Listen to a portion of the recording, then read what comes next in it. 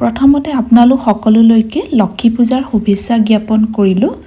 আজি লক্ষী পূজাৰ উপলক্ষে চিৰা নাৰিকলৰ লাৰু বনাইছিলোঁ। নাৰিকলৰ লাৰুৱে হওক বা যিকোনো ধৰণৰ বগা প্ৰসাদ বা মিঠাইয়ে হওক লক্ষী মাৰ খুব প্ৰিয়। গতিকে ৰেচিপিটো আজি মই শ্বেয়াৰ কৰিলোঁ।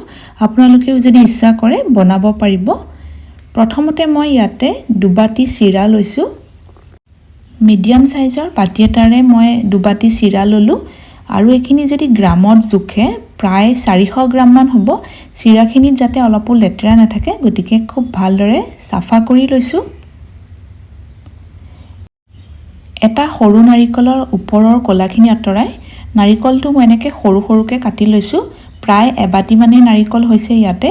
এই নাৰিকলখিনি মই মিক্সিতে পিচি ল'ম লাৰুত ব্যৱহাৰ কৰিবৰ কাৰণে। ৰুকনি থাকিলে আপোনালোকে ধুনীয়াকৈ ৰুকনিটো ৰুকি ল'ব পাৰিব।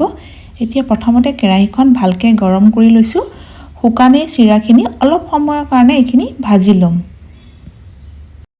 চিৰাখিনি আমি মচমচীয়া টাইপৰ হোৱালৈকে ভাজি ল'ব লাগিব আৰু গেছৰ ফ্লেমটো একেবাৰে কমাই ৰাখিছোঁ।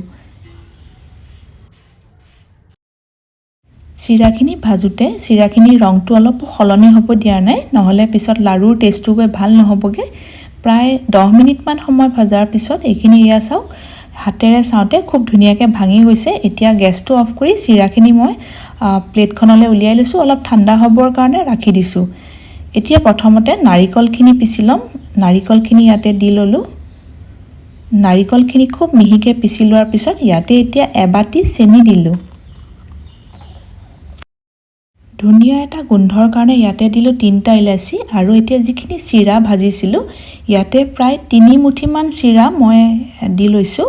এইখিনি এনেকৈ শুকানে গোটেইখিনি মিক্সিতে পিচি ল'ম আৰু অলপমান চিৰা ৰাখি দিছোঁ। সেইখিনি চিৰা আমি পিছত ব্যৱহাৰ কৰিম। এইখিনি চিৰা ৰাখি দিছোঁ আৰু বাকীখিনি গোটেইখিনি মিক্সিতে খুব ধুনীয়াকৈ মিহিকৈ এটা পেষ্ট হোৱাকৈ গোটেইখিনি এয়া পিচি ল'লোঁ।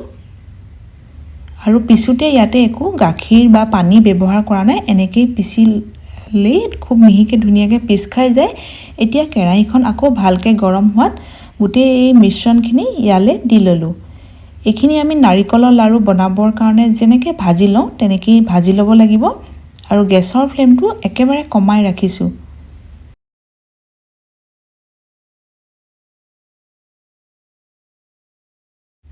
অলপমান সময় ভাজি লোৱাৰ পিছত ইয়াতে এচামুচ ঘিউ দিলোঁ আৰু যিখিনি চিৰা আমি এক্সট্ৰাকৈ ৰাখি দিছিলোঁ সেই চিৰাখিনিও এতিয়া ইয়াতে দি দিছোঁ। এইটো সময়ত গেছৰ ফ্লেমটো একেবাৰে কমাই থোৱা আছে।